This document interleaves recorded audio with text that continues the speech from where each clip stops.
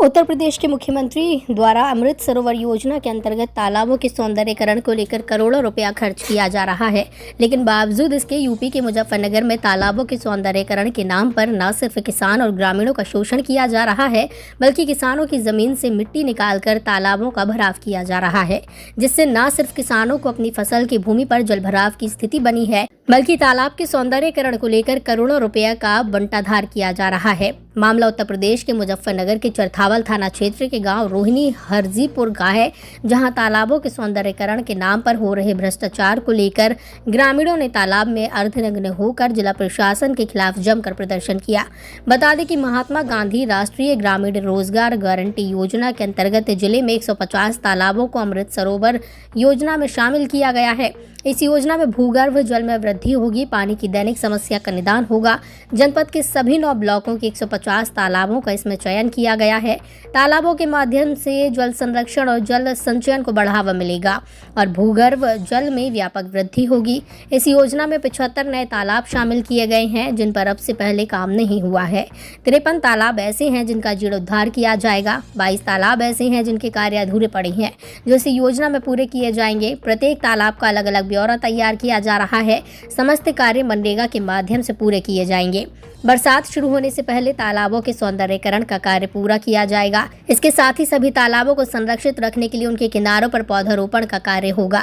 पर्यावरण संरक्षण को ज्यादातर फलदार पौधे लगाए जाएंगे। इनमें आम, जामुन, इमली, नीम आदि के पौधे होंगे। गर्मियों के दिनों में इन पौधों में पानी तालाब से मिलेगा, लेकिन बावजूद इसके मुख्यमंत्री की अमृत सरोवर योजना में बड़े स्तर पर घोटाला किया जा रहा है। जनपद के चरथावल ब्लॉक के गाँव रोहिणी हरजीपुर के ग्रामीणों ने इस योजना में हो रहे भ्रष्टाचार को लेकर जमकर हंगामा करते हुए तालाब में अर्धनग्न होकर प्रदर्शन किया और जिला प्रशासन मुर्दाबाद के नारे लगाए। ग्रामीणों का आरोप है कि अमृत सरोवर योजना के नाम पर जिला प्रशासन द्वारा गांव में किसी भी तालाब की खुदाई नहीं की और न ही सफाई हुई, बल्कि किसानों की जमीन से मिट्टी उठाकर तालाब के चारों ओर लगा दी गई, जिससे बरसात का पानी तालाब में नहीं जाने के कारण उनके खेत में खड़ी फसल जलभराव होने की वजह से खराब हो रही है। सुबोध कुमार, प्रधान रोहिणी हरजीपुर। प्रधान जी, अभी किस तरह का प्रदर्शन किया गया और क्या मामला है? प्रदर्शन ये है जी, हमारे प्रधान जी वर्तमान है विनोद फौजी जी। उन्होंने यहाँ तालाब खुदाने के लिए मशीन मंगवाई जेसीबी, जबकि काम तो मनरेगा का घोटाले हो रहे कर रहे हुए अपनी हिम्मत पैसा कमाने के लिए। और उन्होंने तालाब ना खोद कर, तालाब आप देख ही रहे, देखो तालाब में सारे में घास फूस सब ऐसे ही खड़ा हुआ। हमारा खेत खोद दिया 110 नंबर, जो हमारा अपना खेत है पहले से ही, उसे खोद दिया। और खोद कर ये कहा था हमें कि हम इसे इकसार करवा कर आपको देंगे खुदाई के बाद में। अब हम रास्ता निकाल रहे यहाँ को। उन्होंने रास्ता निकाल कर और फिर खुदाई करके, जैसे ही तालाब में सारी मिट्टी की खुदाई करके तालाब में दिखा दी अंदर रास्ता बनाने के लिए। और उसके बाद में नहीं छोड़ गए। अब इसमें करीबन 3 फुट पानी खड़ा दी खेत में, और सारे चक से नीचे चलेगा। 4 फुट तालाब ऊपर होएगा, खेत नीचा हो गया।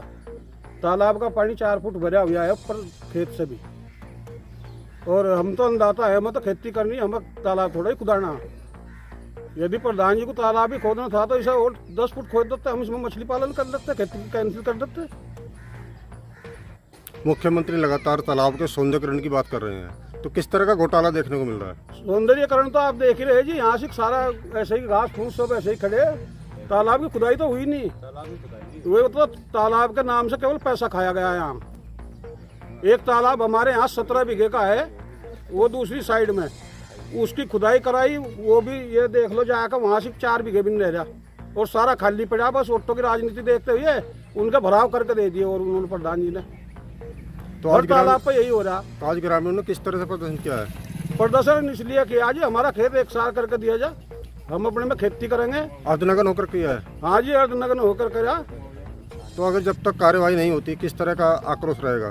कार्यवाही जब तक नहीं होती, हम अधिकारियों से भी मिलेंगे, डीएम साहब से मिलेंगे, एसडीएम साहब से मिलेंगे और मुख्यमंत्री जी को भी फैक्स करेंगे उनके पोर्टल पर। कार्रवाई में हम बिल्कुल पीछे नहीं हटने के।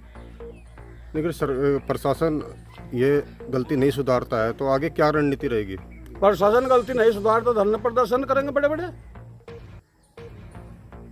प्रदर्शन रोज चलता रहेगा, रोड जाम करेंगे। आपका नाम? मेरा नाम ब्रजपाल सिंह, ग्राम रोहिणी हरजीपुर। अच्छा, किस तरह की समस्याएं हैं आज गांव में? समस्या इस तरीके की है कि गलियों का जो चारों तरफ से पानी आने वाला है, गली गहराई में चली गई, जोहड़ ऊंचाई में चला गया। जबकि बात ये हुई थी कि भाई जोहड़ की खुदाई होगी, वो खुदाई ना होकर के जोहड़ जो का तो समतल है, वो धरातल पर है। कागजों पर जो भी कुछ चाहे वो खुदा हुआ दिखा दे, वो अलग चीज़ है। लेकिन धरातल पर आकर अगर मुआयना करवा जाए तो जोहड़ जो का तो समतल है, क्योंकि इसमें समंदर शोक बाकायदा खड़ा हुआ है।